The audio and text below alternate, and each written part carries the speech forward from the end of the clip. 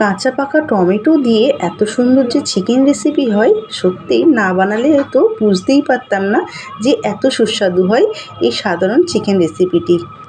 যেমন সময় কম লাগে, তেমনি সামান্য কয়েকটু উপকরণ দিয়ে কিন্তু এই সুস্বাদু রেসিপিটি চটজলদি রেডি হয়ে যায়। তাহলে চলুন আজকে রেসিপিটি দেখে নেওয়া যাক। প্রথমেই চিকেনগুলোকে খুব ভালো করে ধুয়ে একটি পাত্রে নিয়েছি। এর মধ্যে দিয়ে দেবো গোলমরিচ আর দিয়ে দেবো স্বাদ মতো নুন দিয়ে খুব ভালো করে মাখিয়ে রাখবো 10 মিনিট মতন।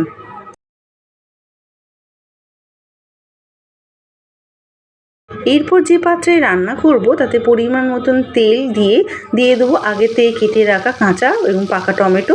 এখানে কাঁচা টমেটোর পরিমাণটা বেশি আর পাকা টমেটো দুটো দিয়েছি কেটে রাখা পেঁয়াজ, রসুন, শুকনো লঙ্কা ঝাল অনুযায়ী আর দিয়েছি ক্যাপসিকাম। সবগুলো খুব ভালো করে ভেজে তুলে নিয়েছি একটি পাত্রে। যতক্ষণ ঠান্ডা হবে ততক্ষণে আগে থেকে মাখিয়ে রাখা চিকেনটি ওই একই তেলের মধ্যে দিয়ে মিনিট 5 হাই ফ্লেমে ভেজে তুলে নেব। এদিকে টমেটো, পেঁয়াজ, রসুন, লঙ্কা, কিশমিশ সব ভালো করে ঠান্ডা হয়ে গেছে। মিক্সিতে নিয়ে ভালো করে পেস্ট করে নিয়েছি। চিকেনগুলোকে ভেজে একটি পাত্রে তুলে নিয়েছি। এরপর বাকি তেলের মধ্যে ফোড়নে দেবো মেথি আর যে পেস্ট করে রেখেছিলাম সেই পেস্টটি দিয়ে দেবো। সাথে দিয়ে দেবো হলুদ এবং লঙ্কা গুঁড়ো।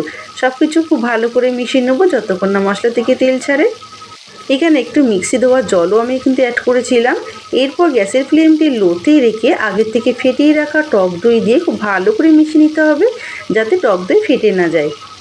হয়ে গেলে আগের থেকে ভেজে রাখা চিকেন দিয়ে আবারও খুব ভালো করে মশলার সাথে মিশিয়ে নিতে হবে। আচ্ছা, এখানে প্রথমে মশলা কষিয়ে নেওয়ার সময় কিন্তু হলুদ গুঁড়োর সাথে নুন ও চিনিও আমি দিয়ে অ্যাড করেছিলাম। ওটা বলা হয়নি, পরে আবার নুনটা অ্যাড করেছিলাম যেহেতু প্রয়োজন পড়েছিল। আবারও সব কিছু মিশিয়ে ঢাকনা চাপা দিয়ে মিনিট 5 থেকে 7 মিনিট মতন রান্না করে নিলে কিন্তু আমার এখানে চিকেনটি খুব ভালোভাবে সুসিদ্ধ হয়ে যাবে। তবে নামিয়ে নেবার আগে কিছুটা গোলমরিচ গুঁড়ো, ধনেপাতা কুচি আর দিয়েছি চেরা কাঁচা লঙ্কা দিয়ে খুব ভালো করে মিশিয়ে নিলে কিন্তু পরিবেশনের জন্য একেবারে রেডি। এরপর মিশিয়ে নিয়ে ঢাকনা চাপা দিয়ে রাখবো যতক্ষণ না পরিবেশন করব। আজকে এই রান্নাটা দেখে বুঝতেই পারলেন একদমই কিন্তু সিম্পল এবং চটজলদি কিন্তু হয়ে যায়, সেটা আপনারা ভিডিওর মাধ্যমে দেখে বুঝতেই পারলেন।